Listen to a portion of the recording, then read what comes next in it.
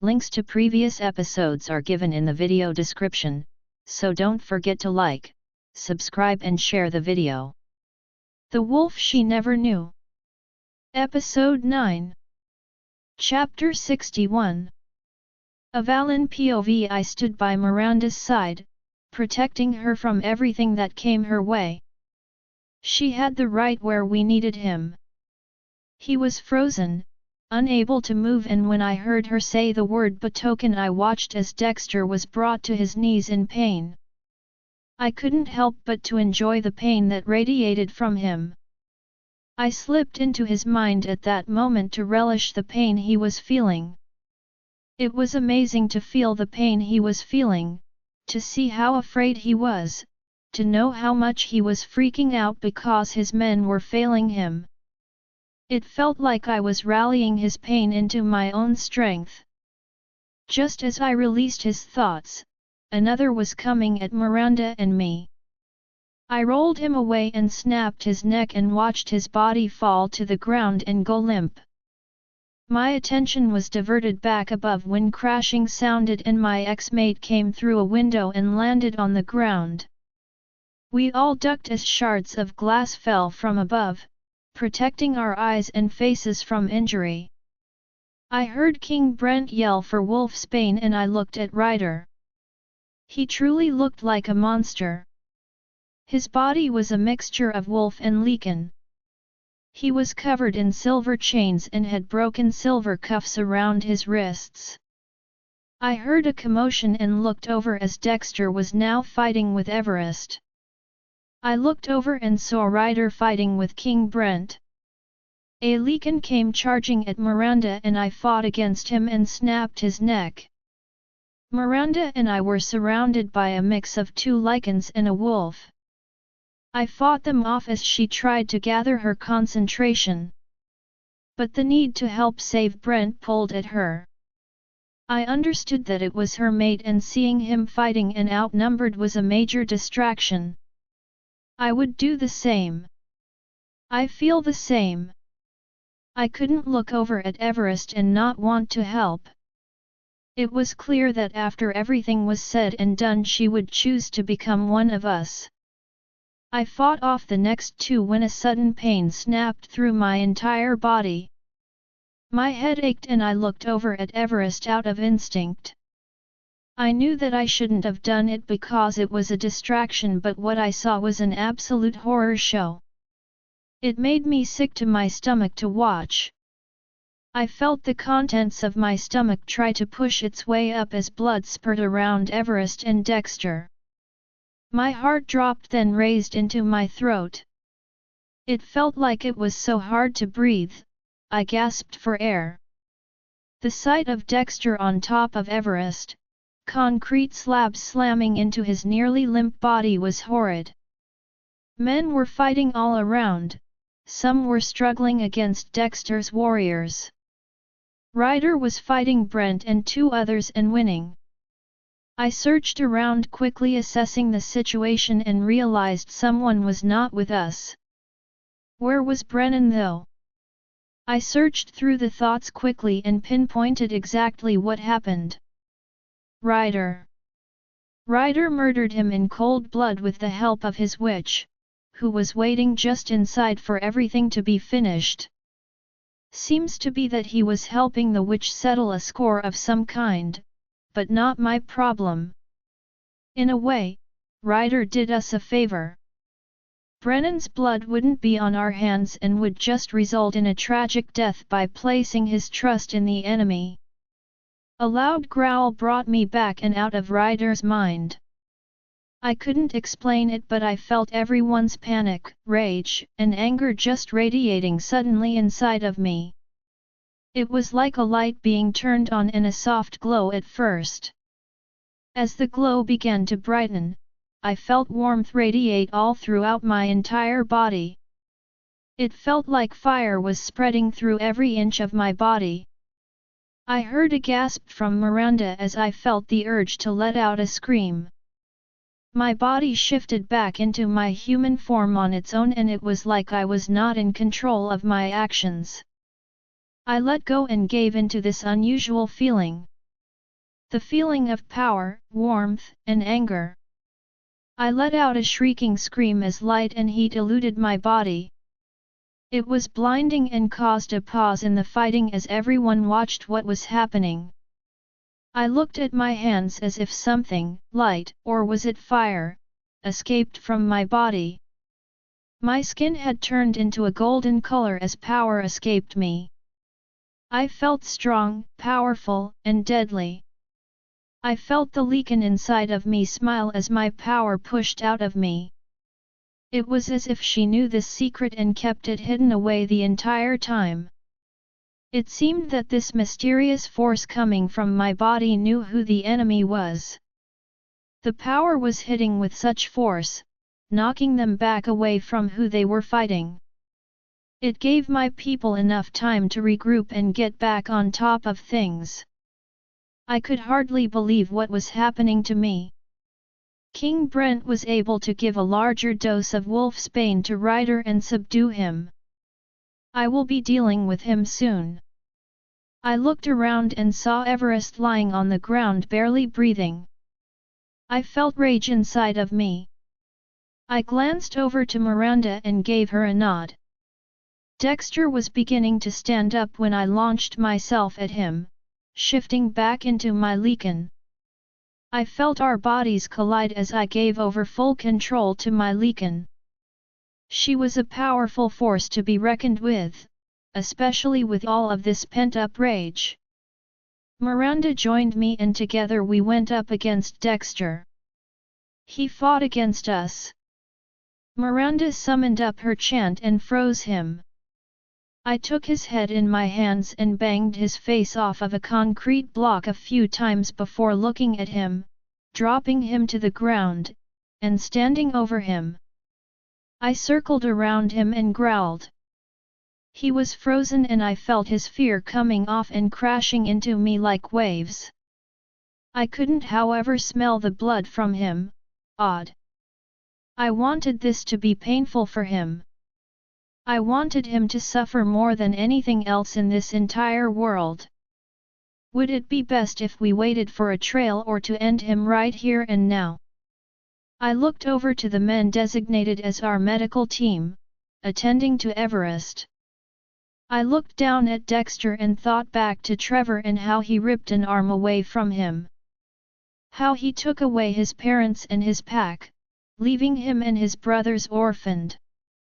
He left him with nothing, left him to die. I thought of all of the men and women whose lives have been affected and destroyed because of him and his actions. All the peoples he has murdered or helped with the murder. I thought of my mate's father, King Randolph, who died because of this man below me. I thought of Miranda and her family who he murdered. Right then and there I decided that a quick death would not serve as justice for everyone's life he has hurt and caused pain to. I decided that I wanted him to suffer. I wanted him to feel the pain that he had given for years to come. Death would be a gift and I was not about to hand those out today. Today I came here with every intention of ending his life. However, we would be leaving with him under a frozen spell, unable to move. I would give him his trial, but every single day of that trial I would torture him. I would leave him wishing for death. I would allow time for his Legion to heal him and I would bring him right back to the brink of death. I looked out at the field of men and women warriors from both sides. Now that they had seen the fall of their leaders, I spoke to them, in place of Everest. Your leaders have fallen. You are now to be transported back to the kingdom and charged with the crime of treason. I will see you all on your judgment day. Remember, you cannot hide your thoughts and actions from me. I smiled and looked over at Miranda. Would you mind placing a freezing spell over them all? I wouldn't want any trouble from them on our long journey back. She nodded her head and with the flick of her wrist everyone who was against us had their hands pulled behind them. Wolfsbane them. Give them a strong enough dose to subdue them until we reach the kingdom in the morning. We will be traveling straight there." I looked over to Ted and Jameson and they bowed, running off quickly. I watched one by one as the warriors began falling to the ground. I sighed and looked over at Ryder and walked over to him. The wolf's bane only weakened him. The smell of his flesh burning from the silver was awful smelling. "Get away from him!" I heard a woman shouting and I looked up at her. I sniffed the air and raised my brow. "Ah, yes. The witch who has been helping him, shielding him, making him into the monster that he is now." I glared. "I said to get away from him," she said between gritted teeth. She raised her hand but Miranda countered and cast a spell or something in her direction, knocking her off of the second level. We all stood and watched as she fell to the ground and landed on a piece of metal that pierced through her, killing her. I looked down at Ryder as tears formed in his eyes. I stood over him with a frown and shook my head. I looked around me, seeing everyone watching me. I didn't know if I would have any sort of repercussions, but many people were dead because of who was standing under me. In fact, if he hadn't sought out Dexter, some of this could have been avoided. I, Queen Avalynn of the Northern Territory, charge you with treason, holding you responsible for the death of King Randolph. Because of these charges, I am sentencing you to death." I looked around and my eyes landed on King Brent and he nodded his head in approval. I looked over to Miranda and she also sent a nod in my way.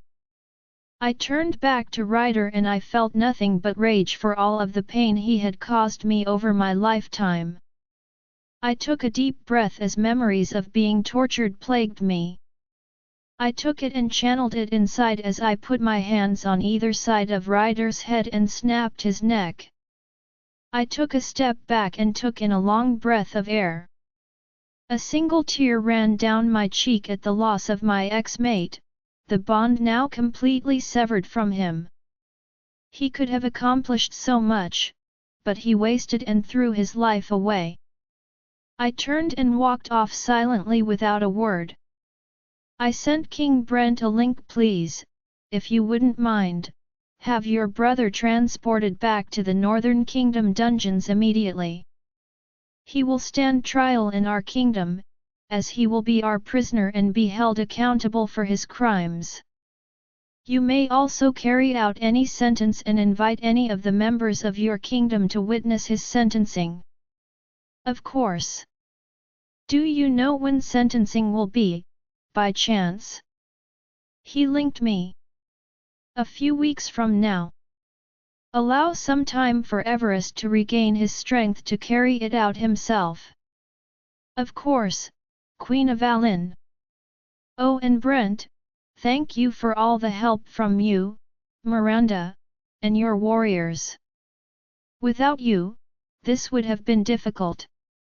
I saw a small smile come from him and I walked out of the yard, leaving things to Brent and Miranda. I looked around as I walked along the destroyed path. I assumed that Jeremy was also in the doctor's quarters with Candace. I let out a small sigh and made my way to my mate. I could feel his pain, which let me know that he was still alive. Avalynn POV. I walked into the makeshift hospital. It looked like it was in the process of being expanded into a new hospital. The smell of blood was thick in the air. I looked around at the waiting area at everyone waiting to be seen. The medical staff were busy attending to any serious injuries that occurred during the battle. When people noticed I walked in the room, it got quiet and heads bowed. I raised my hand and a small smile came to my mouth before I spoke to the crowd of people. "Please, do not stop on my account. Continue doing whatever it is that you are all doing. But let me say thank you to everyone for all of the hard work and bravery that I witnessed today out there. It has not gone unnoticed. I bowed to them all instead of them to me to show my respect towards them. A nurse walked over to me with a few charts in her hand. She made a quick curtsy and introduced herself, Queen Avalynn. It is so wonderful to be in your presence, in unfortunate circumstances, of course. I am Nurse Mary. Would you please follow me?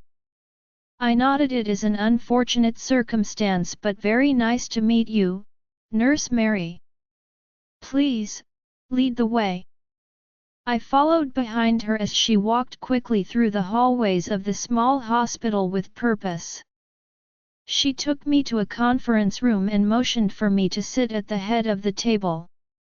I sat down and she offered me some tea and food. My stomach growled as I happily accepted the offer of food. The doctors who have been working continuously on the king will be here in just a moment with any updates. I think there may be talk of surgery. I am not sure though, so don't hold me to it. Thank you, Queen Avalynn, for everything. I must go now, but if you need anything at all, please hit this button. She handed me a remote control with different buttons on it. Thank you, Nurse Mary, for everything you are doing for our injured people. She smiled and left the room. I ate my sandwich and sipped my tea. I moved the swivel chair back and forth in short quarter spins as I looked around the room. The table was a warm and well-polished wood that was slick to the touch. The chairs were all the same, except the one I was sitting in. Mine was leather and very comfortable, while the others were navy blue cushioned cloth chairs. The walls were a soft grey color with different medical photos on the walls. You know, your typical doctor's office hanging art. I waited for 20 minutes in anticipation for an update. I knew that his condition was serious, as my body was aching from all of the pain he was in earlier. Now it has eased off a bit. I assume it is because they have him on some pain medication. A soft knock sounded from the door and I stood as they all entered the room, one by one. 3 men and 2 women filled the room and stood behind the chairs. Hello, everyone. I said to them all. They bowed their heads and greeted me in unison. Hello, Queen Avalynn. I sat and motioned for them to do the same and they all followed behind. I glanced at them all when I noticed only one had paperwork in his hand and he was the one to start talking. He introduced himself and listed the names of all of the others in the room. His name was Derek Morrison and he was the chief of surgery here. He opened the file and passed some X-rays off to one of the women and she stood, placing them on the machine and flipped the switch with a light coming on. It was an image of his severely broken bones. So many images and the healing process had already begun. They would have to re-break any bones that had begun to heal improperly. So much pain he would have to go through. I stood and walked over in front of the light, looking at the various images on the screen. Photos of his arms, chest, neck, and face were horrific looking. I felt my leakin push forward to look at them with me. This is bad. Isn't it? She asked in my mind. Yes, very bad. He is lucky to be alive. If he wasn't a leakin, I fear he would be dead. I told her. I am going to torture him. I am going to have him beg for mercy. Push him to the brink of death and allow himself to heal. There will be no mercy given to him. She promised and I agreed with her. Queen Avalynn. I looked up and realized all eyes were on me as the chief was looking at me, as if I was to answer some kind question. I do apologize, I am not all here mentally. I am just worried about him and my mind is going a million miles an hour. My voice cracked as I confessed to them. Chief Morrison smiled at me and nodded his head, understanding me. Would you like to see him before we take him back? I nodded my head and looked around the table. They all smiled at me. I stood with them and followed them down the hall. We entered his room and the doctor paused at the open door. His surgery is in 15 minutes. He may not be able to talk much due to all of the meds he is on to slow his natural healing abilities and pain medication. I nodded my head at him and turned to look at Everest. I heard the door shut behind me and slowly making my way over to his bed. The soft sounds of beeping on the machine next to his bed. My eyes followed the cords that connected the machine down to him. My heart felt like it flew up into my throat when my eyes laid upon him. He had cuts and bruises all over him. His collarbone slumped, pulling his right shoulder down. It had clearly been broken. He had a huge open gash on his chest. It was red and obviously infected. I pulled up a chair to sit next to his bed. I took his hand in my own and held onto it. I spoke softly to him. I am here and will not leave your side. Everything has been taken care of. We will have to figure out a way to repay Brent and Miranda. They're taking Dexter to the cells and keeping him out of it thanks to Miranda's magic. I love you. I leaned over and placed a kiss on the top of his head. I sat there in silence and listening to him breathe. I swore he squeezed my hand just as the doctor softly knocked and came into the room. It is time for us to take him back. A nurse said to me and I nodded. Okay. I stood and looked down at Everest for a moment before leaning over and placing a soft and gentle kiss upon the top of his head. I will see you soon. I whispered and watched the team wheel him out of the room. I sat down in the chair and waited for his return, praying to the moon goddess that everything would be fine. I felt some mild discomfort during his time under the knife. A knock sounded on the door and I looked up as Claire walked into the room. She had a small smile on her face and I returned the smile to her. The smile, however, was not a direct reflection of my mood. How are you holding up? Any news? She asked as she sat down on the other chair in the room. I shook my head at her. No, nothing yet. They said it could be a few hours to fix the things that are wrong with him. He's going to be okay, Avalynn. She leaned over and lightly pat my leg. I am here for you. Josh is downstairs with Jeremy talking about his new mate. She let out a soft sigh. I completely forgot about her with everything going on. Guilt filled me. I should go talk to Jeremy and make sure he is holding up okay. Oh, how is she doing? She is fine. She had 4 ribs fractured, a broken arm, a terrible bruise along the spine of her back. Otherwise, she's okay. She told me. I need to go talk to them and make my rounds through the hospital to check on everyone. I went to stand up and another soft knock sounded on the door. Come in. In walked my brother and Jeremy right behind him. I walked over to my brother and his arms opened for me and I hugged him. I cried for the first time in a long time.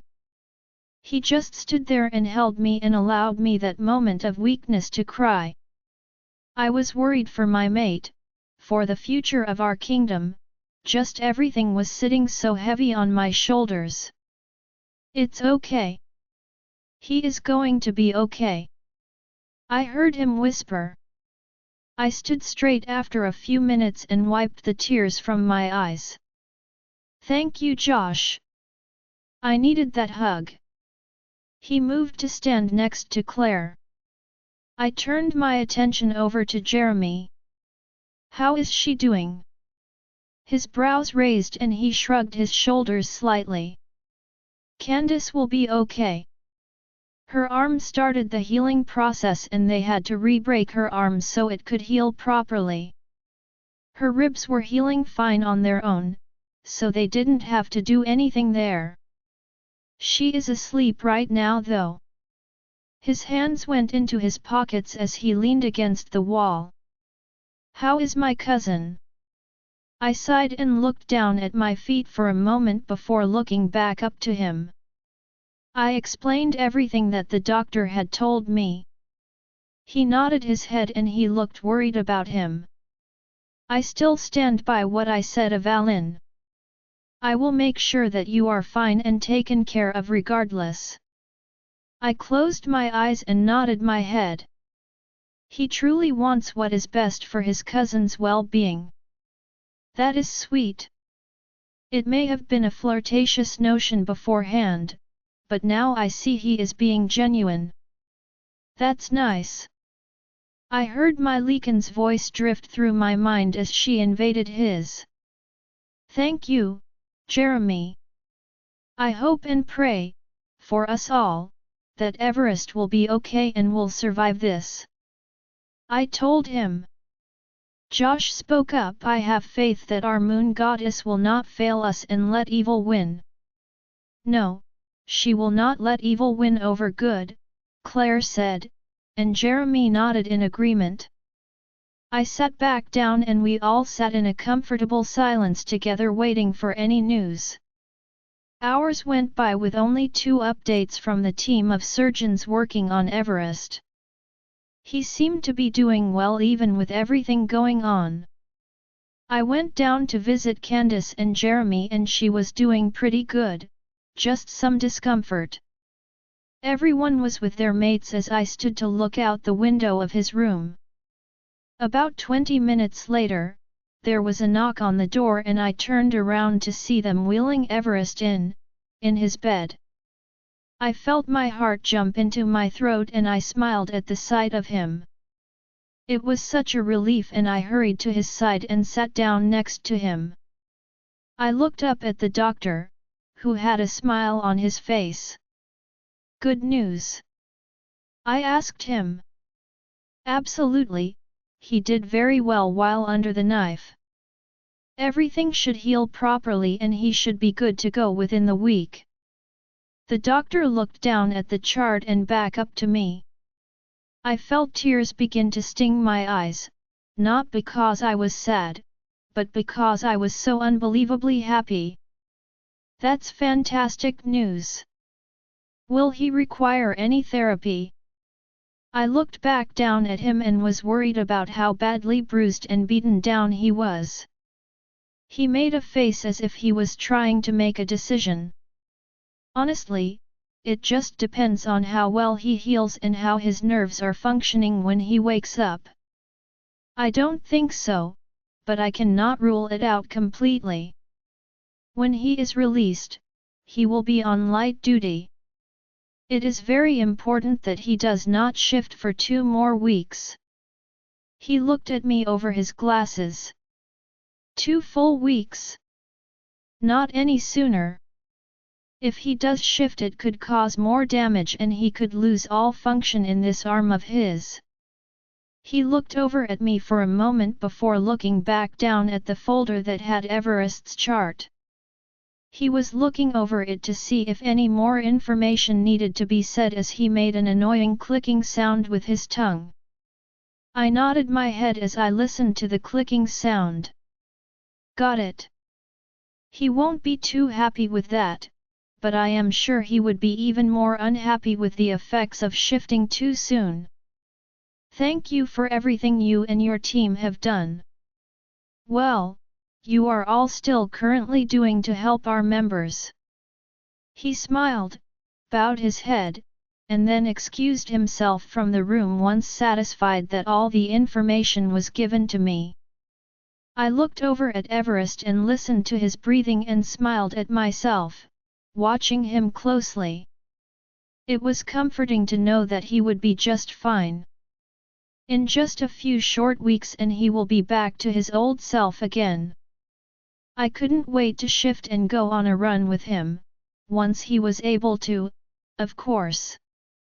I laid my head down on the side of his bed, his hand still in mine. My fingers wrapped around his tightly, afraid if I let him go I would never be able to hold his hand again or he would be gone. Just slipped away and out of my grasp.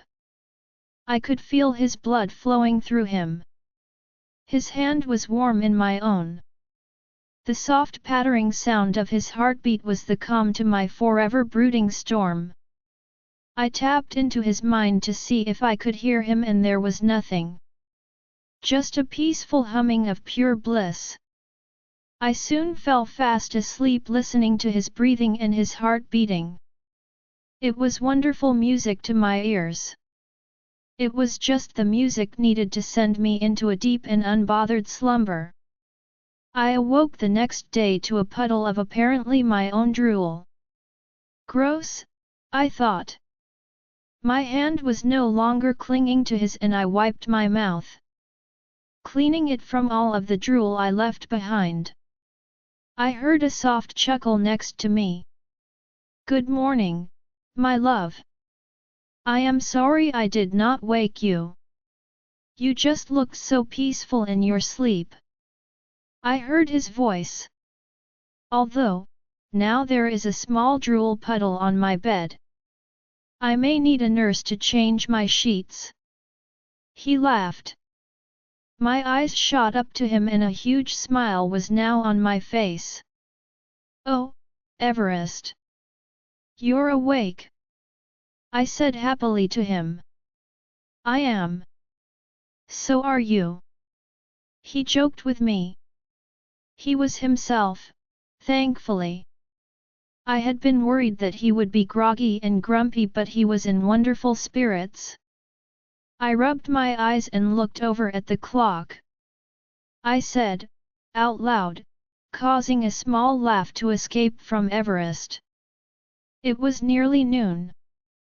I had slept most of the day. It seemed as if everyone here just let me sleep and did their work around me. If Everest had any say in the matter, and I would be willing to bet that he did, he probably ordered them to work around me. It made me want to roll my eyes at that. How could they work properly if my fat head along with a lake of drool was all in the way? I guess they somehow managed it though? How are you just going to let me sleep like that? I frowned but couldn't hold it and smiled. Thank you, I was very tired. Avalynn, when exactly was the last time you slept? I watched his brow arch as he questioned me. Whoops. I thought back and realized that I was not sure. I haven't slept, actually fully slept, in a while. Exactly. I let you sleep. Besides, I remember some bright light coming from your body. That had to take a lot out of you. Using all of that energy at one time. What happened? Where did it come from? Well, other than from your body. His head tilted slightly to the side as his eyes roamed over my body as if looking for their own answers. I knew he had reworded that so I couldn't be sarcastic. Drats. Well, I have no clue, honestly. I just lost it. It consumed me and I allowed whatever that was to just take over and do what it needed to do, I guess. Does that make sense? Whatever it was seemed to work in our favor. I was stumbling with my words trying to explain it to him. I guess so. What else happened? He asked. I sat by his side as lunch was brought into his room for both of us. We ate and talked about everything that had happened while he was out of it. I explained to him how he almost died from Dexter's beating. I shuddered at the thought of losing my mate. I explained to him how he may or may not need therapy. It all depended on how well he was healing and what functions he did not need to relearn. He took all the news I gave him pretty well. "Wait," he began, "where is Dexter? Did you murder him?" He had a weird look on his face. "No, I did not.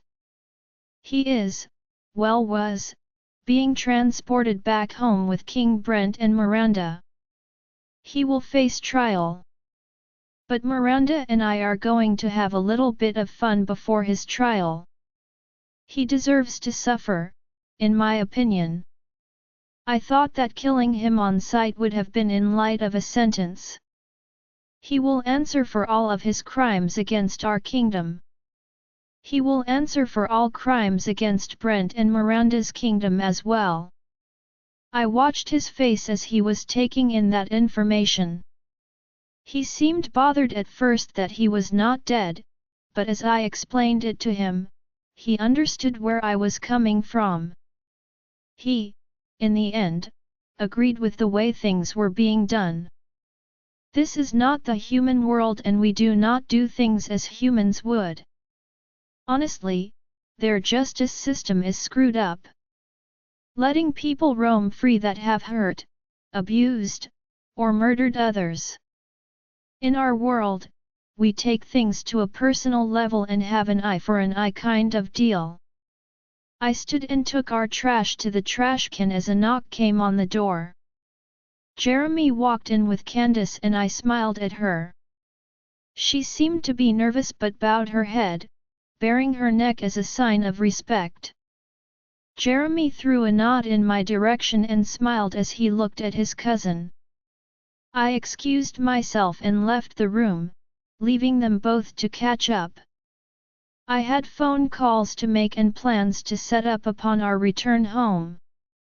A few days later, we were finally almost home. I had planned a big welcome home party for Everest.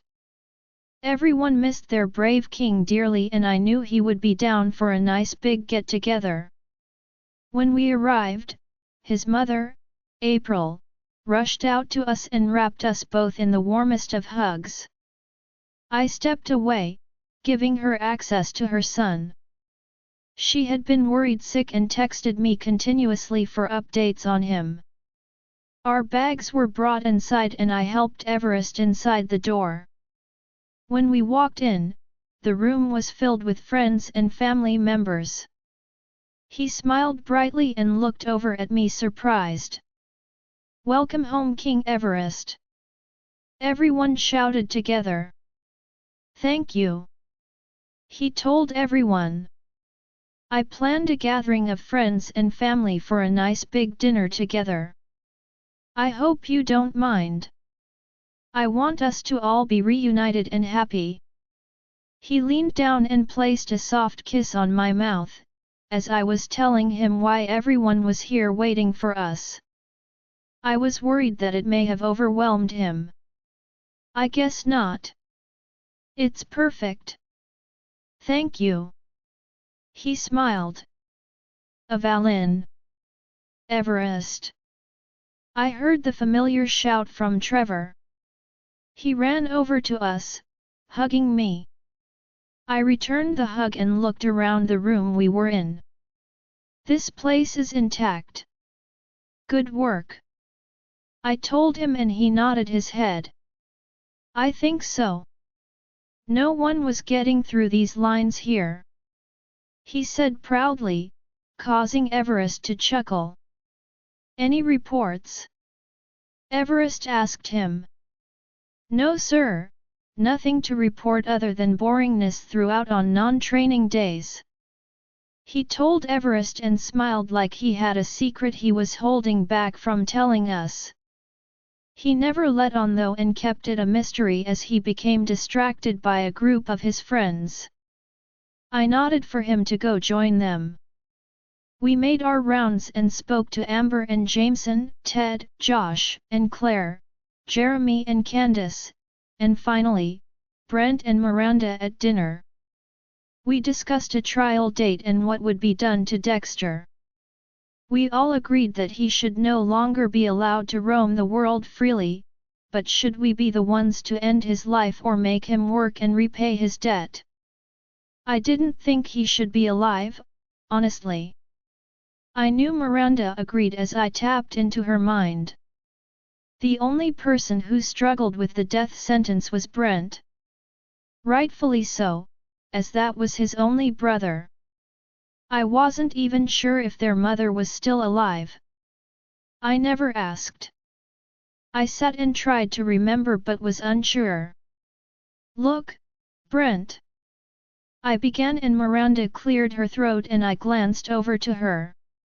Please allow me to speak to him about this. He is struggling with this. It is very difficult for him to carry out a sentence of death on his brother. I took a deep breath and let it out in the form of a heavy sigh. Look, I realize that this is not easy for you to do. Take all the time you need, please. I am in no rush or hurry to carry out a trial or sentence on him. I shot a glance at Miranda and she gave me a small nod of approval. These next few weeks could set the tone between the two kingdoms if Brent refuses to allow us to carry out a proper sentence. I guess this just means that I had better begin the torturing tomorrow, after training and my morning meetings. I lay in bed listening to the breathing from Everest. It was so nice to finally be back home and in our own bed again. I know it was only a week, but to me, it was a week from hell. I was so very thankful for the safety of Everest and, more importantly, our kingdom. I rolled over and sat up on the side edge of the bed. I yawned and stretched as I stood up. I walked over to the window and pulled back the curtain.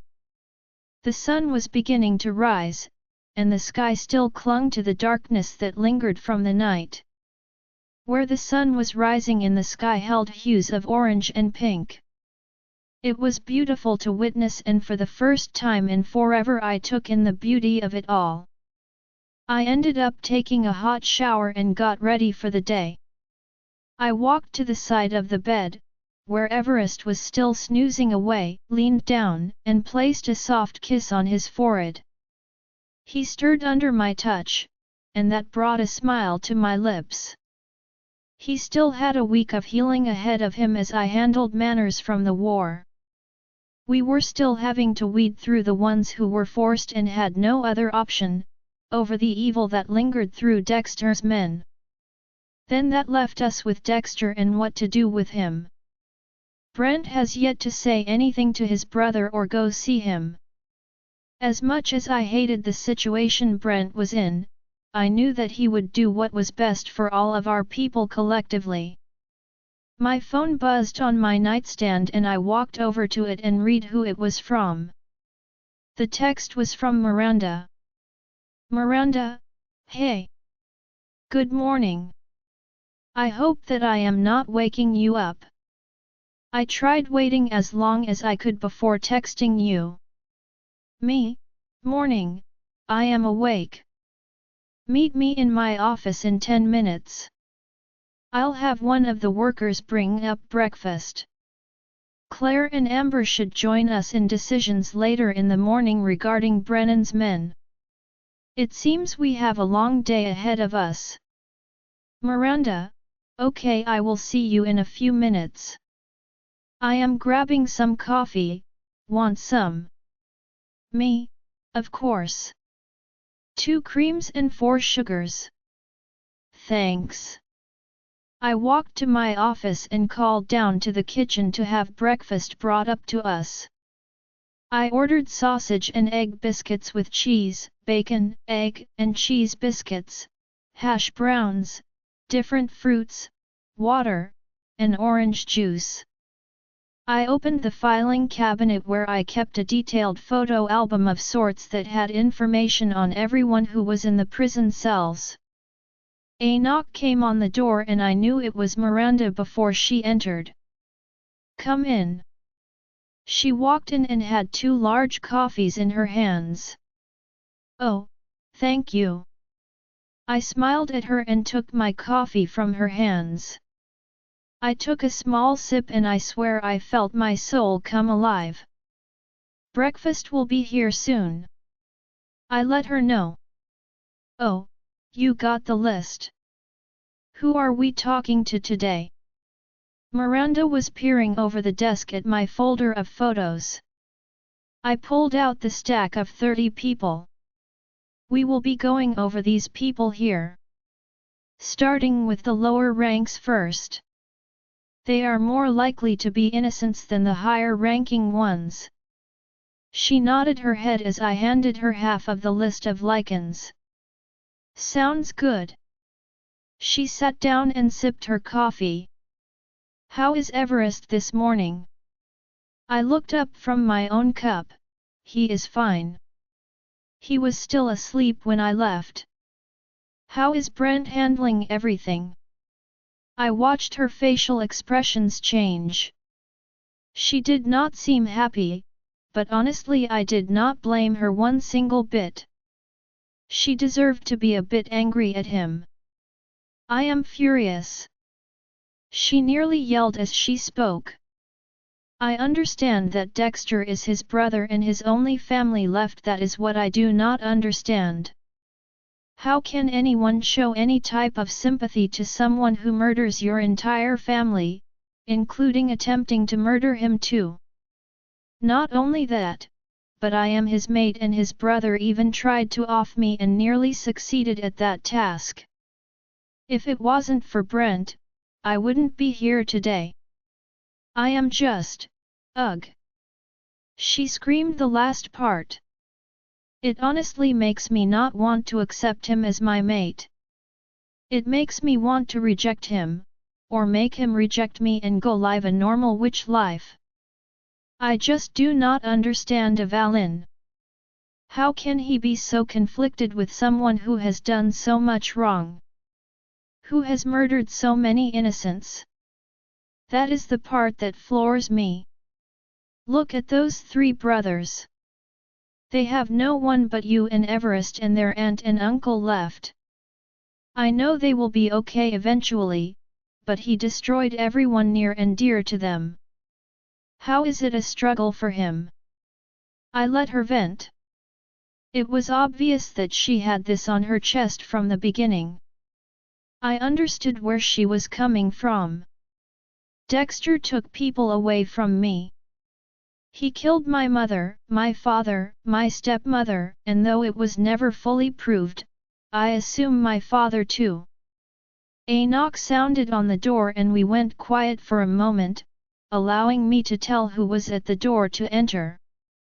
One of the kitchen staff walked in with plates of food.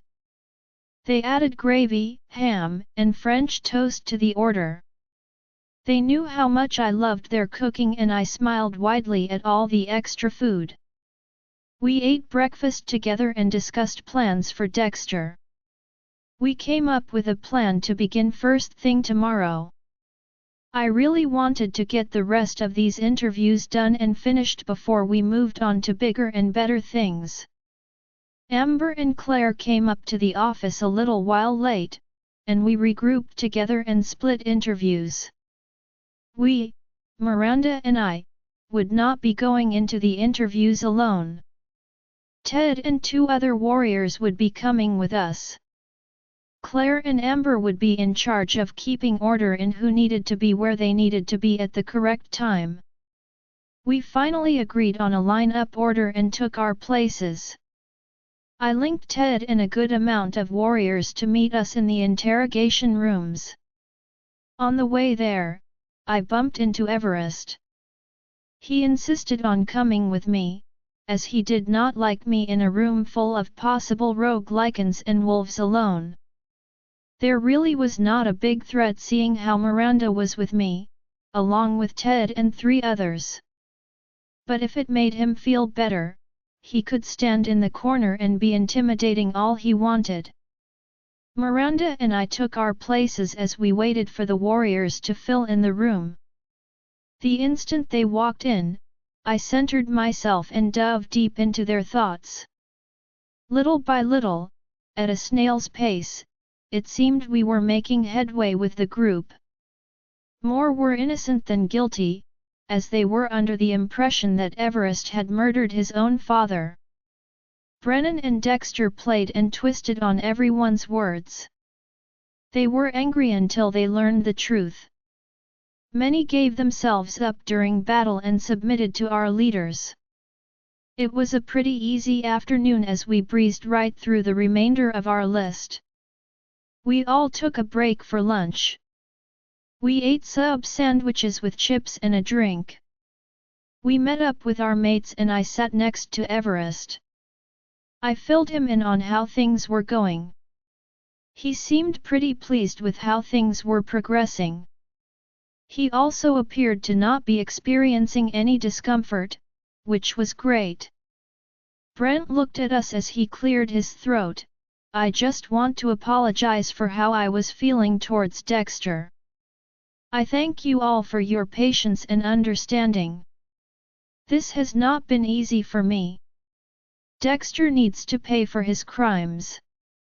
Everest. I give you full permission to charge Dexter to the full extent of the law. I side-glanced between Miranda and Everest. I could tell that the words shocked them both. I mean, it was just earlier that Miranda was complaining about the entire situation, and now he says this. It is funny how the mate bond is affecting their relationship even when Miranda has yet to fully commit to being his mate. Everest nodded his head in his direction. Very well. His trial will be moved to 1 week from now. He glanced between myself and Miranda. That should give time for everyone's preparations. Anyone object to this decision? He looked around the table and no one said a word. We all were in agreement then. In that case, I suppose I should make my way to jail. I looked at Everest. He nodded his head at me and I stood. I leaned down to him and placed a kiss against his mouth. I think it would be best if I stayed here. I don't want to lose control over my beast. I think that is a wise choice. I will see you at dinner. I love you. I kissed him once again and left the room with Miranda. Ted and Jameson stood, following us out of the room. We made our way to the jail. I could feel the excitement and eagerness to get started. Everyone was ready for revenge. Me most of all. We checked into the jail and had 2 warrior guards walk with us. When we got to Dexter's cell, the smell coming from there was horrible. The sight was another thing. He was dirty and sitting close to his own filth. The sight of him caused a small smile to come across my mouth. Can we get a bucket of water to the interrogation cell and the hose? I rather not smell him. Miranda turned to one of the guards. I will need to subdue him first though before we move him. When a guard left, Miranda closed her eyes and began chanting. I watched as Dexter's body relaxed and went still. When her eyes opened, the spell was cast and all was clear. Ted, Jameson, and another guard moved him to the interrogation room. He was hosed down and drenched with the bucket of water. He was then put in silver chains. His skin burning and making a hissing sound from the instant burning. It seemed to wake him up and his eyes looked around and found mine. We looked at one another as his eyes seemed to soften. Grab the tools, I told Ted. Dexter's eyes went wide and I grinned. I pushed into his mind and found out how afraid he now was. Perfect. Let us begin. I watched as Dexter pulled on his chains. His skin burned as he pulled. I could tell that he was attempting to shift. It took him all of 10 seconds to realize that his leak inside was being suppressed. Not such a great feeling. Feeling lost, helpless while your leakin has disappeared from you altogether and you are now no better than a human. You can thank Miranda for that. I grinned. I watched as he turned to look at Miranda and she grinned at him. Her hand flicked and he hollered out in pain. Stop, please, stop. He begged. I clicked my tongue and let out a laugh. Really? Already begging? How weak are you, Dexter? Avalynn, stop. All I wanted was you. He told me. Me? That's it. So what was everything else? You murdered the king. You slaughtered an entire pack, with the exception of 3 brothers. You blew up our communications tower. You enlisted the help of rogue wolves, the help of a rogue alpha wolf from my pack. You murdered my family, my adoptive mother and I assume father. You murdered your own father and younger brother. You attempted to murder Brent and failed. You attempted to murder Miranda. You murdered her entire family, with the exception of Cassie, and you would have murdered her if you had been able to. I do not feel any sympathy for you. You deserve everything you are about to receive. I growled and shifted to Charlotte, allowing her shared control of our situation. Avalynn, please. Charlotte growled and took our hand/paw and slashed him across the face. Blood oozed instantly from the wound as he screamed. Miranda walked over and tilted her head. Should we gag him or listen to him struggle? What to do? She snapped a finger and cracking was heard in his right arm. I saw that it was broken. He struggled against the chains, continuing to beg us. We never stopped. I started with his fingers next and broke every single one of them. The cracking sounds were soothing. When the pain was too much he ended up passing out on us. I shifted back again. Well, Miranda, I believe we should call it a day. She nodded her head and I turned to the warrior guards. Please take him back to his quarters. Inject him with the serum Miranda has made. Yes, it will jumpstart his healing process but still will leave his wolf suppressed. She handed it to the guard and he bowed to us both. We both left the chamber and walked to the elevator. I swiped our access card and walked through the double doors to the elevator. We stood there in silence until the doors closed and I sighed. Miranda, I am afraid I am going to lose myself in this mess. Same. She also sighed. Even though he deserves it, I just don't know if I am built for this torture process. I want to get even, it just doesn't feel right. Maybe we should just overwatch and allow someone else to do it for us. I can't do that. I declared it in front of everyone. Will they see us as weak? I looked over at her. True. We can't fall out on what we have promised. How will our people take us seriously? I watched her lean back against the elevator wall. I guess that comes with the territory of wearing the crown. I shrugged and looked up at the light that displayed the floor we were on. The elevator dinged as it stopped on floor 3. I will meet you in an hour. I need to get cleaned up. Thank you for your help. I turned to look at Miranda and she nodded her head. Okay, see you soon. I have someone coming later with books on royals in the south. They may be here as early as tomorrow morning. Would you be interested in going over it tomorrow sometime?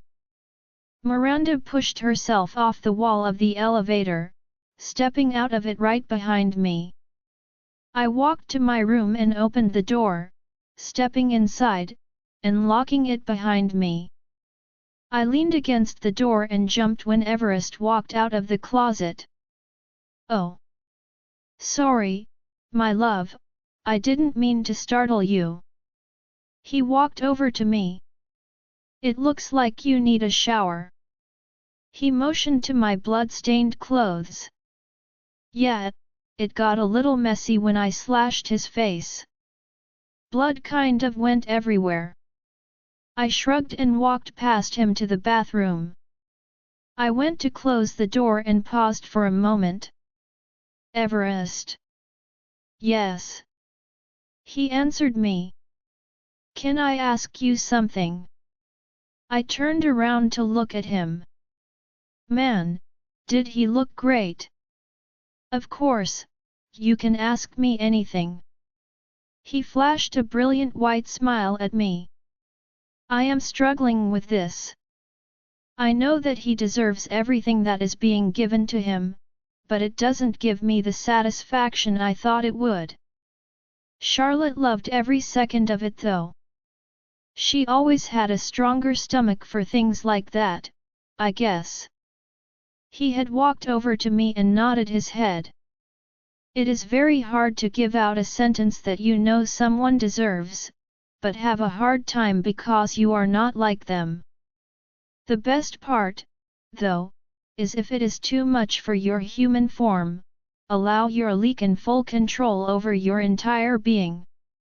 Retreat back into your mind and shield your human side from such destruction. That is what I do sometimes, and what I used to do when first starting out. He smiled down at me. But you need to shower. I will be here, waiting for you when you get out. I nodded and took a long hot shower, washing everything away from my body. I would have to do that, for my sake and sanity. Give me control. I will make him suffer the way he deserves to suffer. Charlotte drifted through my mind. Are you sure? I feel so weak. I sighed. You are not weak. This is not a weakness, don't think that. You are reserving your human side for our people. She argued. Yes, yes. I just want to be strong in all aspects of command. I felt annoyed at myself. It will come in due time. She reassured me. I wrapped myself in a towel and dried my hair. I hated dripping wet hair. It was the worst. I walked out of the bathroom in only a towel and looked at Everest. He was wearing a smile and I instantly felt better. He pat the bed next to him and I walked over to him. He pulled me down against him. I have to meet back up with Miranda. I protested. Nat, I sent word that you will be occupied. He smiled at me. Oh? Well, what do you have planned then? Loving you for the rest of the day and showing you how much I love you. He told me and I felt heat rush up to my cheeks. He let out a little laugh. Are you sure you can do this? I mean, are you ready? I felt nervous and butterflies fluttered inside of me. Oh, I am sure. He grinned and let out a playful growl and flipped us so he was now on top of me. His head dipped down and pulled the towel that was wrapped around me with his teeth. He tugged it until it pulled free and he moved it aside. He sat up more as he gazed down at me and I wiggled some under him. He moved his head back down and captured my mouth with his. His lips, when touching mine, sent sparks of electricity through my entire body. Instantly, from his touch, I felt myself already dripping for him. His tongue pressed against my lips and I opened my mouth, my own tongue greeting him. Our tongues tangled and pressed against one another in a beautiful dance of love, desire, want, and need. Our mouths hungrily found one another in a sloppy but passionate kiss. His hands were on either side of my face as our tongues explored the other's mouth. I love you. I smiled up at him. I love you. I moved some and he looked down at me. You might want to stop wiggling unless you want to go for round 2. I lightly laughed and raised my brows up and down at him. You promise? He tickled my sides and caused me to fall into a fit of laughter. The laughter turned into kissing, kissing moved to another round of love-making. I would say that this evening will be one of the best weekends in a long time. When we finally came out of our room, it was almost 10 at night and we were starving. We made our way into the kitchen and ran into Miranda and Brent, who were making sundaes. Miranda gave me a knowing look with a small smile. I will see you tomorrow morning, she told me, and I nodded my head to her. Tomorrow morning, we will resume where we left off.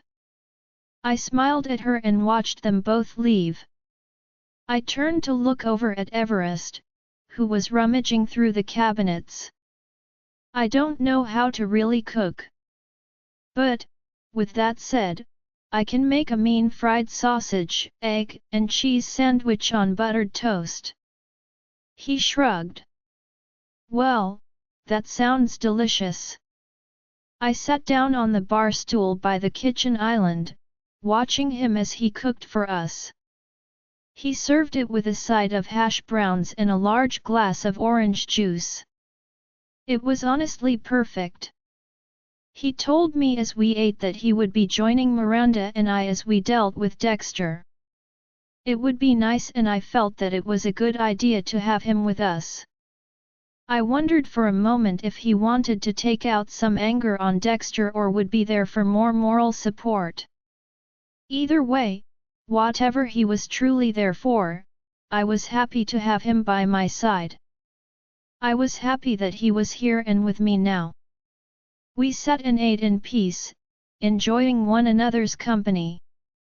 We laughed and reconnected with one another, which only made us stronger together for tomorrow. Honestly, with him by my side, I felt more confident, ready to get the dirty work done. When I woke up the next morning, the blanket Everest and I shared was tangled between our bodies. I left my eyes closed, listening to his even breathing and the steady sound of his heart beating next to me. I moved my hand and felt his chest under it. I smiled and opened my eyes. My head was resting where his chest and shoulder met, and I swear it was better than any pillow out there. I tilted my head back and kissed his jaw. I slowly moved out of his arms and went to shower. I got myself ready, and when I walked out of the shower, Everest was sitting up on our bed. His hair looked a hot mess, and I could tell by the sleep still lingering on his face, he had just woken up. He wore a sleepy smile as he was watching me. "Good morning, handsome." I smiled over to him. Even just waking up, looking a mess, he looked delicious. I wanted to jump him and lay in bed all day with him. I am so ready for things to slow down so we can make that happen. Maybe take a vacation somewhere tropical. I miss feeling the sand and the cool ocean water on my feet. I realized I was daydreaming as he had a smirk on his head. His voice was raspy and deep as he spoke to me. "Good morning, my love." Dirty thoughts. He teased and let out a short laugh. Are you off to meet Miranda? I will be, but first I am going to grab some breakfast. Want to join me? I sat down on the bed next to him. Let me shower really quick. He moved, as he swung his legs to the side, standing up, and stretching with a loud yawn. At least I think it was a yawn. No, rush. I will be waiting for you here. I told him and he nodded. I opened up a magazine that was in our room and flipped through the pages, glancing through the articles. I waited patiently for Everest as he showered and got himself ready. When he came out of the bathroom, he was in a suit and looked very official. He looked so freaking good, I didn't want to leave the bedroom. I must have had a goofy-looking smile on my face because he smiled back at me. Do I look okay? He asked and winked. You look more than okay. I would like to strip you down and out of the suit. I told him. You have some drool in the corner of your mouth, babe. He laughed. Probably because you look hot. My tongue darted out as I licked my lips, then bit my bottom lip. MMM, MMM, MMM. I grinned. Down, babe. We have work to do today. Well, after my doctor's appointment for me, he said. Oh, that is today. I thought it was tomorrow. I frowned. You have been busy, it should not take too long. After I get cleared, I plan on shifting, doing a run, and then I will meet you, Miranda, and Brent. He held open the door and I reluctantly moved off the bed and made my way out of the room. He shut and locked the door behind us. He took my hand in his own as we made our way downstairs together. My stomach growled as the smell of delicious breakfast foods lingered in the hallway. We sat down, after getting our plates of food, next to one another to eat. We ate and discussed plans for what to do with Dexter. He admitted that he was embarrassed by getting distracted for a split moment. That distraction almost cost him his life. I never realized he was distracted, but apparently he heard something, turned to look, and that was the opportunity Dexter took to try to end him. He was almost successful and I was thankful that he wasn't. We planned on meeting one another around noon. We would eat lunch then head to where Dexter was being held. We hugged one another as we were getting ready to leave. He leaned down and placed a soft kiss on my mouth and I returned the kiss. I hope the best for you. I hope you find what you are looking for. He smiled. I love you, see you soon. Thank you, babe, I love you and good luck at the doctor's. I told him in return. We parted and went our separate ways. I walked to the elevator and when it opened, I entered. I selected floor 3. The doors closed and I waited until they opened, stepped off the elevator and walked to the office. When I walked in, Miranda was already there with many books. Good morning. She smiled at me.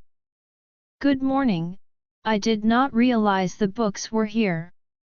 I told her. They arrived maybe 20 or 30 minutes ago. I wanted to get them set up for us. She told me. Oh, good thinking. Where are you starting? Where should I begin? I looked around at the books. Here you go, try this one. It is a newer book, maybe the newest from the Eastern Territories. Your family was mentioned. I am going to start with this one that has all the wars and battles. Maybe we can start piecing some things together. Sounds like a solid plan. I took the book she handed to me and opened it up. I sat there and flipped through the pages at first, seeing if anything caught my eye. The book was thick and I flipped back to page 1. I began to skim through the pages looking for any hints or clues as to my past and where I came from. I flipped until I found a tree. It was obvious that it was a family tree. I looked and saw my parents' names and my own. This tree was father's, and I had already figured that one though. Nothing extended to my mother's side though.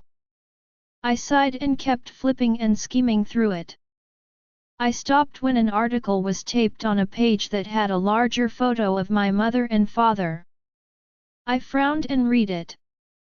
"Will she accept the prince or will she reject him?" was the title.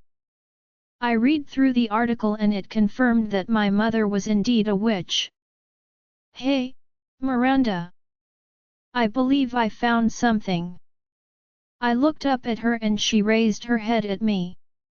"Oh? What did you find out?" she asked me. My mother was indeed a witch. I picked up the book and turned it to show her. She stood and moved closer to look at the article herself, reading or skimming it quickly. She flipped the page and raised her brows. "Oh, look! It's a family portrait, my mother is in here too." She paused. "Oh! My mother and your biological mother were sisters." She passed the book back to me. I looked at the page in the book. I felt a smile tugging at my lips. There was also a photo of my father, holding my mother close.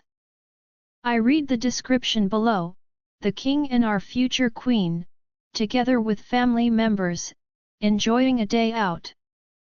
Uniting kingdoms as one, happily. It is clear that their love runs deep for one another." Did you read this? I looked up at her and she nodded. I did. Have you read The Witch's Side of Things? She asked me. Oh, no. Why? What do they say? I frowned. She passed the book over to me and I took it from her. I skimmed through it as she summed up what she read. It says that your mother was taken by the king and was forced to wear his mark. That he held her captive and imprisoned her in the darkest of cells. He would not take no for an answer and promised his firstborn daughter to another prince of the kingdom. She frowned a moment. Dexter always told me that I was promised to be his mate, his future. I looked down and continued reading. I am wondering, though, if maybe this was all lies. Something the head witches made up to keep peace at bay between the Lycans and the wolves. If you think about it, if we were all together and united as one, they would not have any say or any seat on the council to keep the peace between the territories. She sighed. It would make sense though. You can see here that they are all smiles and everyone in this photo seems happy. I told her and looked back down at the book. I flipped through more pages and more photos of my mother and father were scattered throughout the years they were together.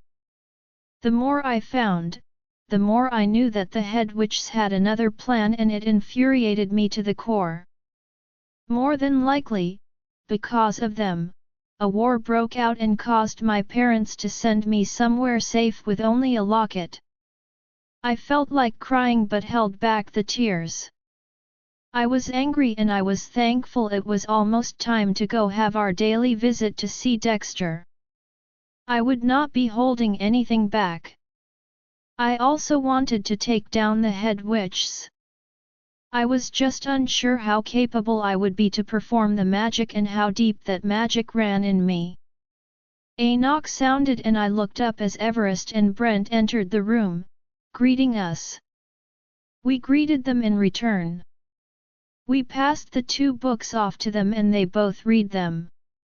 So, this is not good. It looks like the Witch's Council is corrupt. Everest said, looking between us. Also, you are both cousins, which is great news. Brent smiled and looked over at Miranda. So what does this mean? I don't know, but it isn't good. It seems like the witches are trying to overtake the Leaken kingdoms and using you all like you would play a game of chess. A bunch of pawns. She frowned and looked over at us. We cannot allow that to happen and they need to be put back in their place. They are already causing enough damage between the two. Look at this mess we are in. Miranda is right, we have to do something. They never would have imagined that we would be united. They never would have expected the moon goddess to bless us both by being family. I looked between Everest and Brent as they both nodded. You're right. You are both right. Brent stated to everyone. Absolutely, but the only thing is, how do we, magicless lichens, go against the most powerful witches in the world? Everest looked at us. We develop Avalyn's skills. I will teach her myself if I have to. Miranda said seriously. But first, we deal with Dexter. I told them all and they all nodded their heads in agreement. When will his trial be held? Miranda asked Brent and Everest. Saturday of next week, I believe is what Brent and I discussed, yet. He looked over and Brent nodded. Yeah, that sounds right. Avalynn, I hope you don't take offense to me not joining you this evening when you all go downstairs. As much as I hate him. Brent sighed and put his hands in his pockets, looking down at the floor. Oh, Brent. I completely understand. Even through it all, he is your brother. Thanks. You all have a good afternoon. He walked out the door. Everest turned to look at Miranda and myself. Are you both ready to get this over with? We both spoke in unison yes.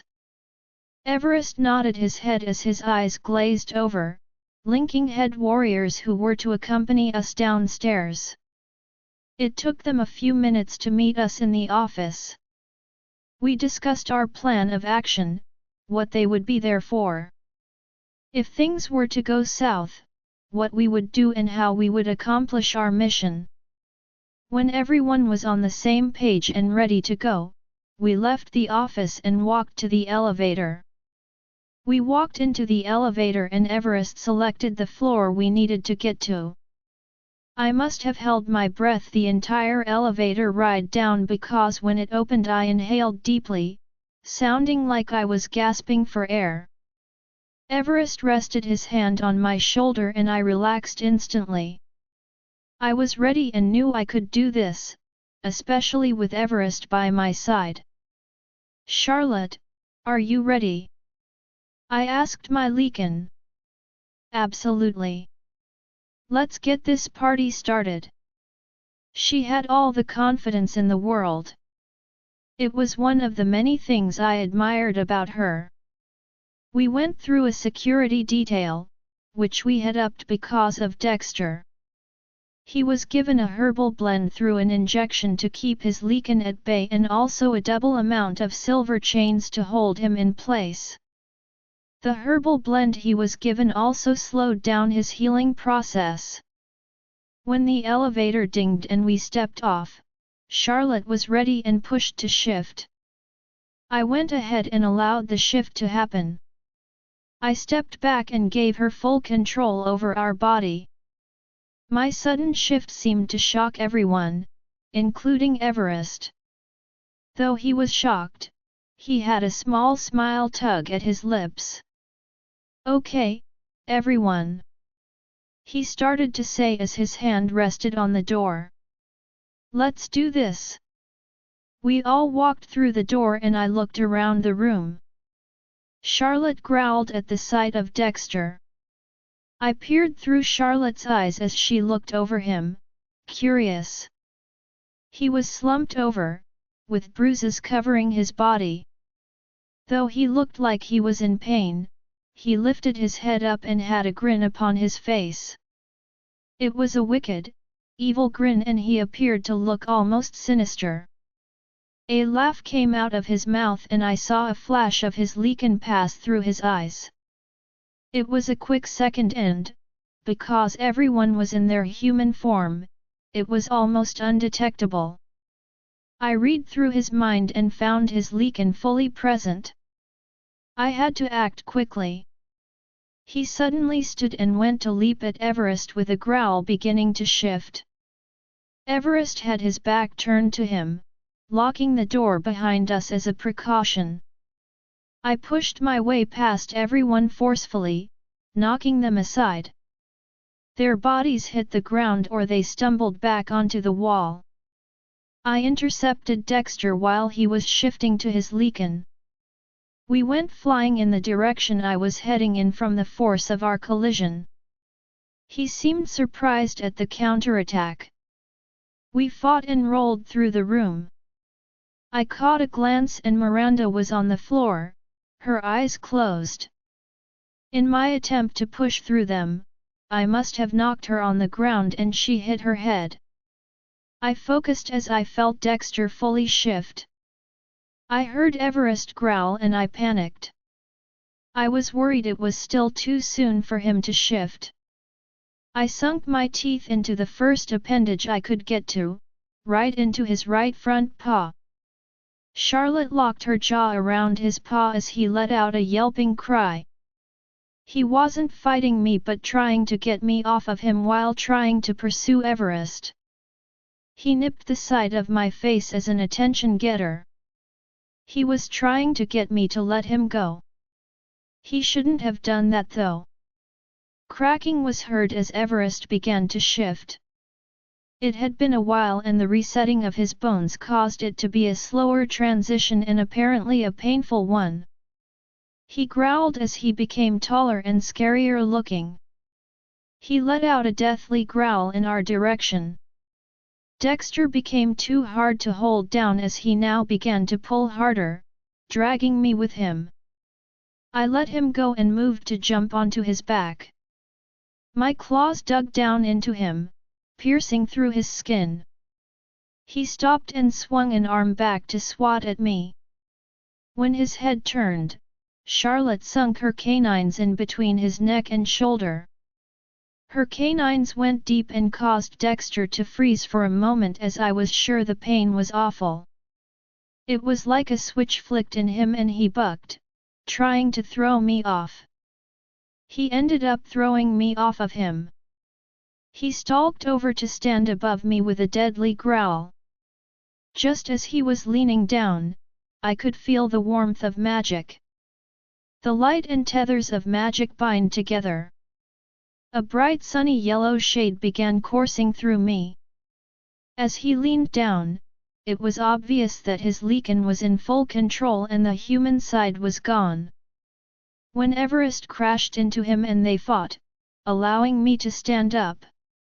Slashing, growling, and biting wherever they could at one another. Blood was spewing all over the room. The sight of a large open gash on one of Everest's arms caused me to give full control to our magic side. I stood and let out another powerful scream. Bright, blinding light illuminated the room. Again, like when we were on the battlefield, the magic somehow knew that the only threat in this room was Dexter. I stood as the magic separated the two from one another. The magic formed a protective bubble around everyone and a cage around Dexter. I don't remember shifting to my human form, but when I lifted my hand out of instinct, I saw skin. I was surprised by this. How and when did this happen? Why wasn't Charlotte in control? Did my magical being override her? Something I will definitely have to look into. I pushed the thoughts to the side as Dexter was being held up against the wall now. It was like the magical tether was a braided rope that clung to his neck, arms, and legs. I twisted my wrist and pulled him away from the wall and slammed him hard back against the wall. It knocked the air out of his lungs as I heard him gasp for air. I did it 3 more times before I tightened the grip of the magic around his neck. He struggled to breathe and a smile crossed my face. I was focused completely on him and hadn't noticed others slowly backing away. My thoughts were running wildly through my mind. The thought that I could easily end this all right now and save time, energy, and resources for everyone involved. I growled and stepped closer to him. He had been clawing at his neck trying to rid himself of the magic that had a hold on him. He was covered in his own blood. His wound, from where I bit down on him, was already almost healed. Interesting. How are you able to heal so quickly when you were given the herbal blend through a shot? My head tilted, a frown on my face as I inspected the wound. Avalynn, keep your distance. I heard Everest warn, but I let his words fall on deaf ears. Answer me. I yelled in a demanding tone. I tightened the hold around his neck as he made choking sounds before he looked down at me. I am immune to it. I have ingested it for years, and it has no effect on me anymore. But your bruises that were on you. I questioned what I had seen when we entered the room. Self-inflicted. He spurted out before I tightened the grip around him. I felt the rage take over me. He has done so much to everyone, the evil bastard. I walked over to him and extended my claws out. He squirmed but stayed in place up against the wall. Somehow, the magic was still working, even though I dropped my hands. Maybe it was done by my mind. Something to figure out later. I put my hands on Dexter's chest, our eyes locked on one another. He stilled and I dug my claws into his chest. He winced as I dug them deep into him. I ran my left hand down his chest, splitting his skin back, blood oozing out. He let out a painful scream and I smiled. Avalynn. I heard someone behind me call out to me, but I was lost in the bloodlust to get even. I dug my right hand into his chest as Dexter's breathing hitched. I pushed my hand through as I could feel his heart beating in my hands. It was rapid and by his thoughts he was now terrified. It thrilled me. I could end it all right now, rip his heart right through his chest. He was sputtering and blood was starting to spew out of his mouth. You do not deserve life. You don't deserve to have resources wasted on you. You are evil and vile. You deserve a painful and slow death. I now held his beating heart in my hand.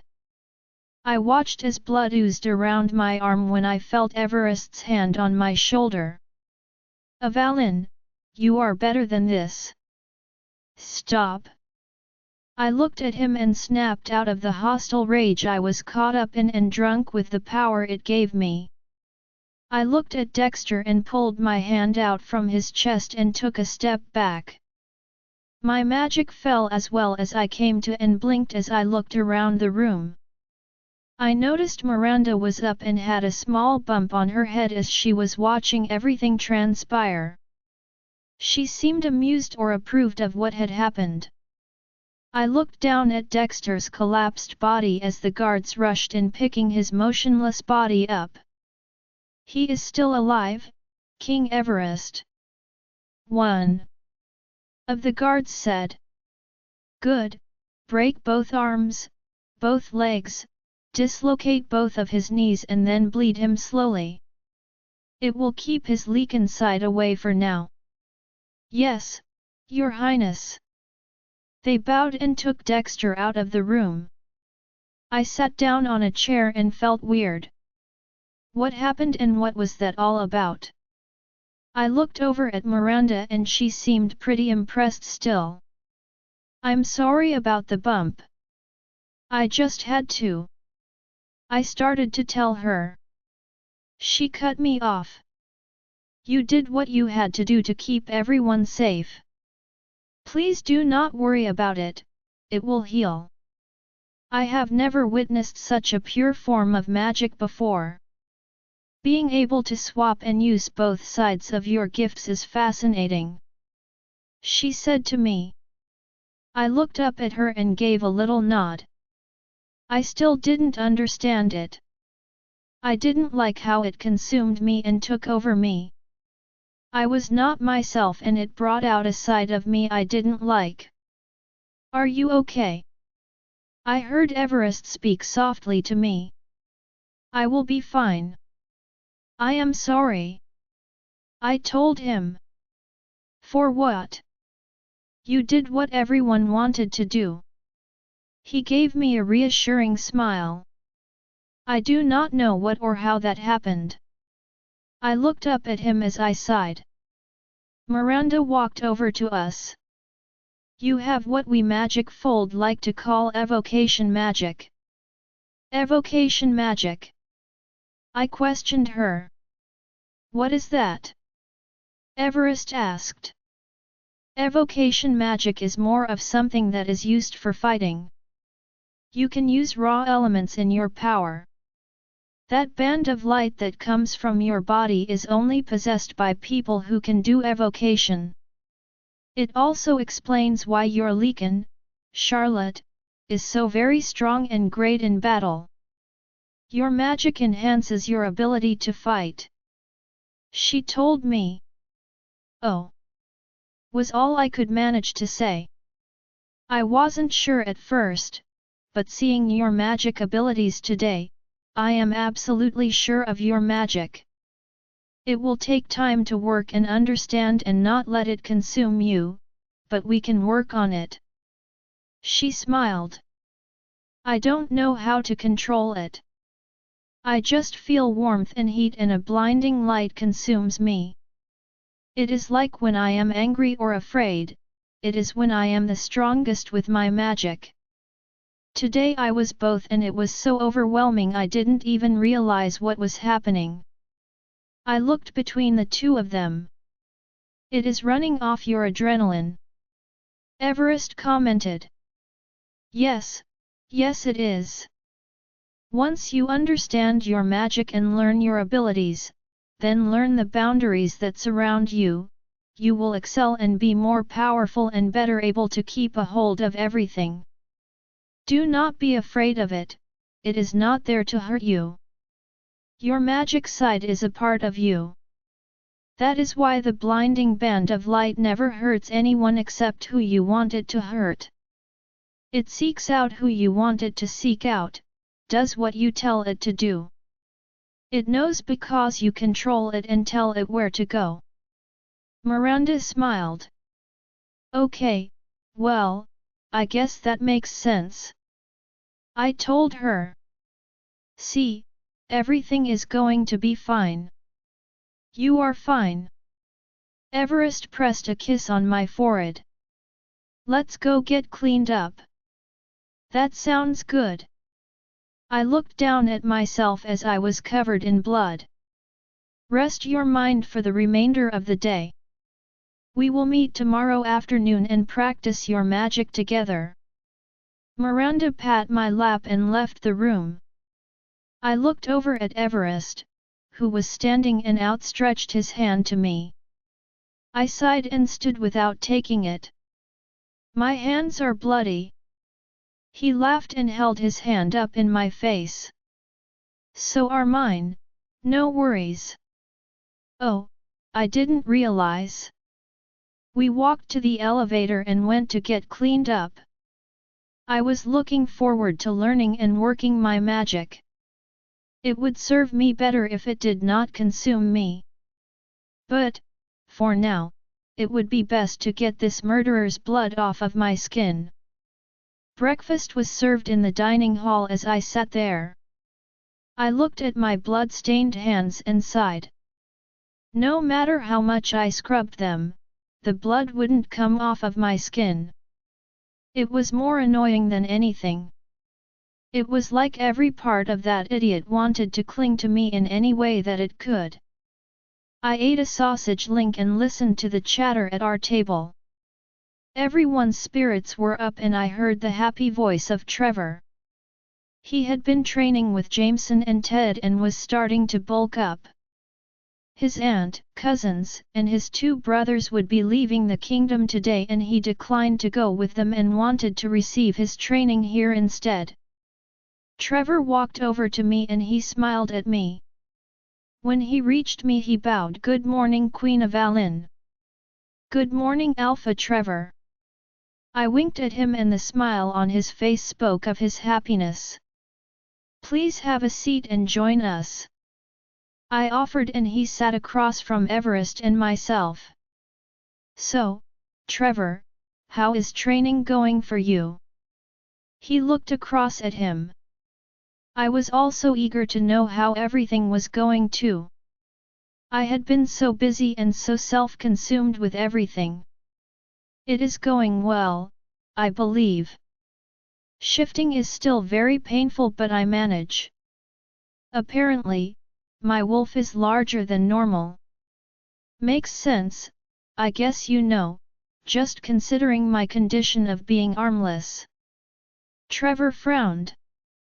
"When is the trial anyway?" "Well, he almost didn't have one," I said. "What do you mean?" Trevor looked confused. "Seems like I need to get control over my magic side before I release hell's fury upon that murderer's head." I took a bite of my gravy-covered biscuit. "Oh! Oh!" he halfway shouted and looked around the room quickly and leaned over whispering, "You almost killed him." I nodded and so did Everest. "Sweet." He seemed pleased. "I wouldn't have cared if you had done it." "Well, only the one part that I wanted to watch his life leave his eyes." He shrugged. "Trevor, don't think of such horrible things. You should be ashamed." His aunt gasped in shock. He laughed at her in an annoyed kind of way. "Sorry, Auntie, but it is the truth. He killed everyone I loved, other than my younger brothers. My mother and father are dead, my pack is gone. My home is destroyed. Excuse me as I wanted to watch that murderer's life end. Excuse me, as I would like to be the one to end it myself.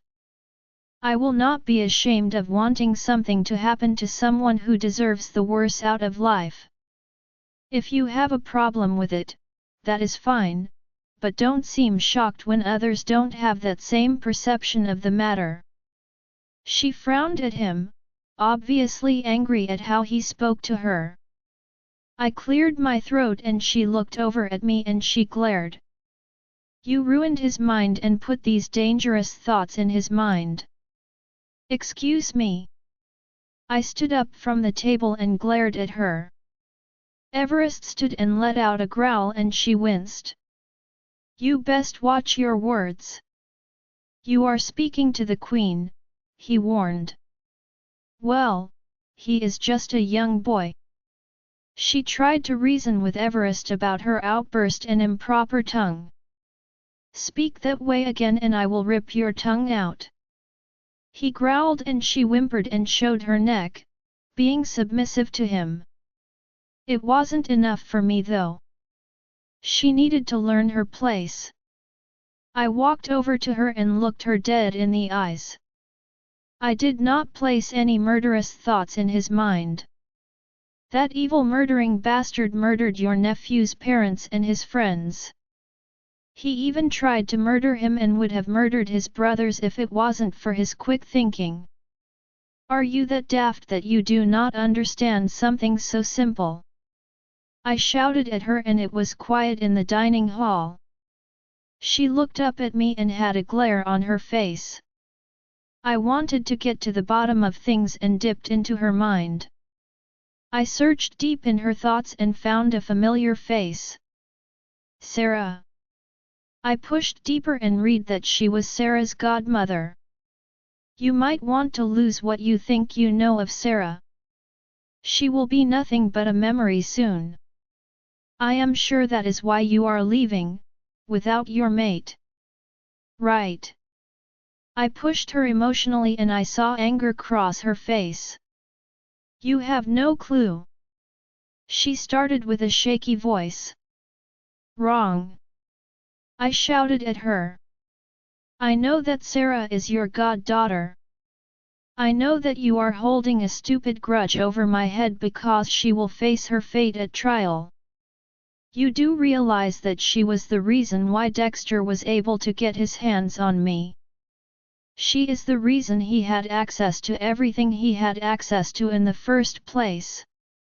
Get your head out of your ass, Bridget, and realize that innocent little girl you remember is a manipulative conniving biche who wanted what was not hers.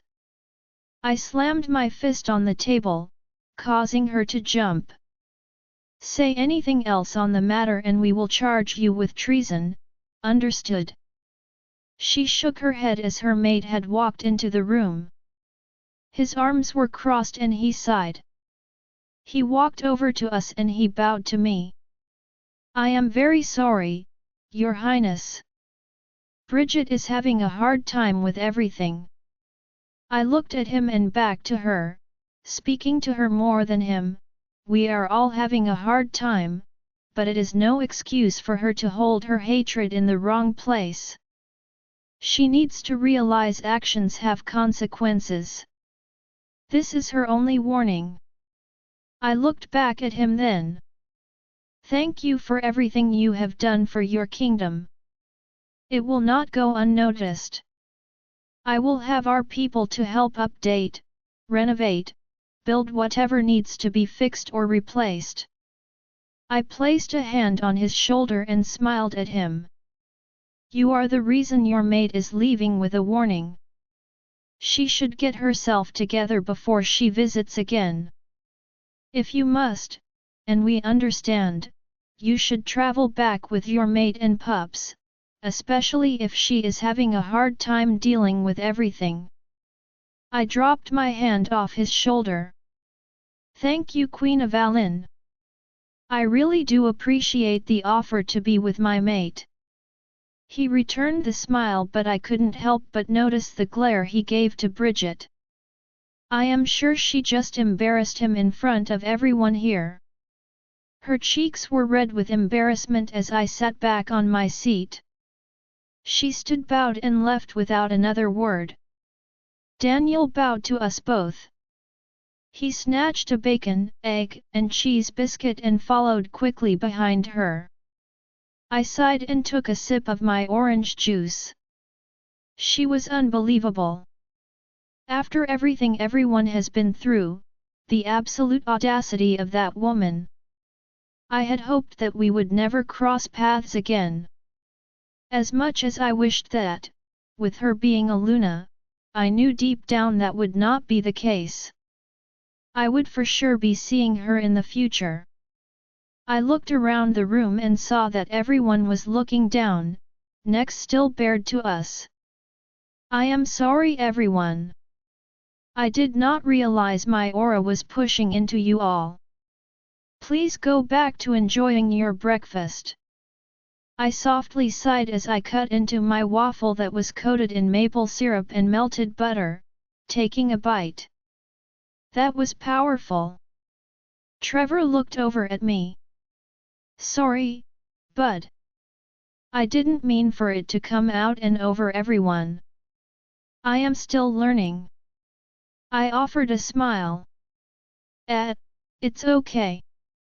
No big deal. You have to do what you have to do. Sorry about Aunt Bridget. I always remember my mother saying she was crazy. Which is why I want to stay here. I don't know how Uncle Daniel deals with that. He frowned. He sees the best in her, the side we don't see. She just has her own issues, like everyone. We don't know the history she had with Brennan and Sarah. I offered. He nodded slowly as he understood that makes sense. I just don't want to be around her. I feel like I wouldn't learn anything being there. I agree.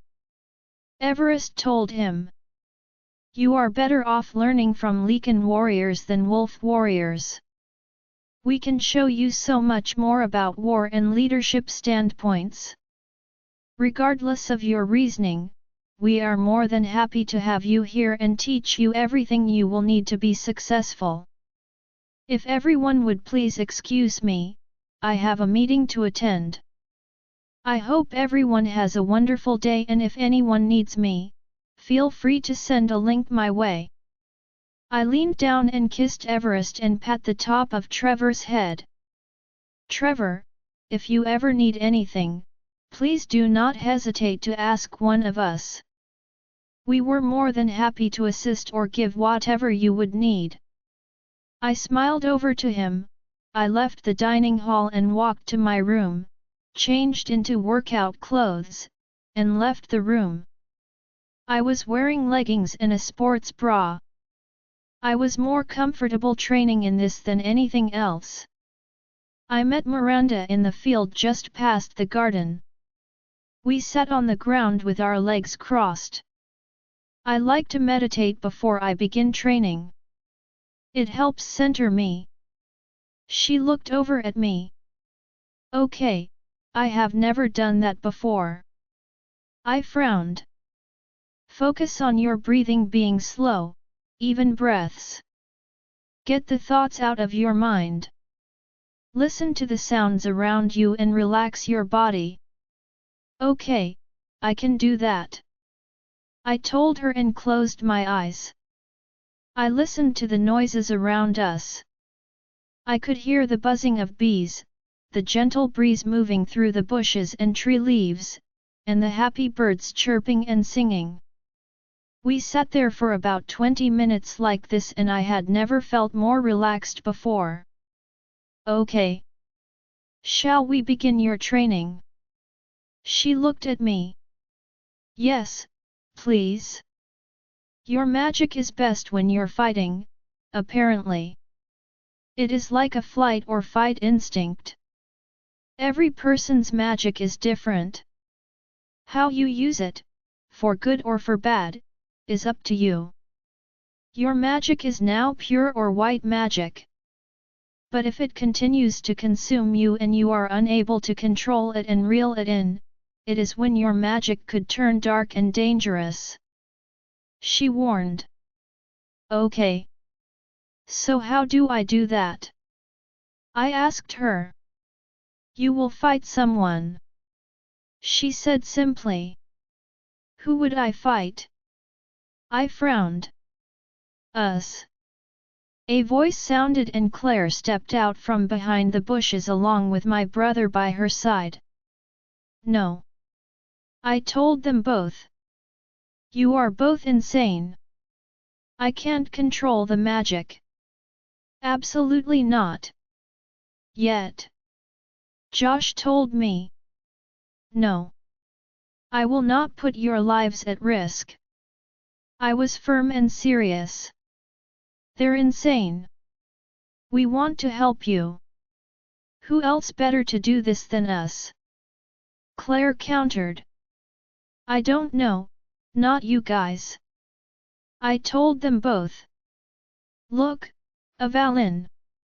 Miranda started with a sigh.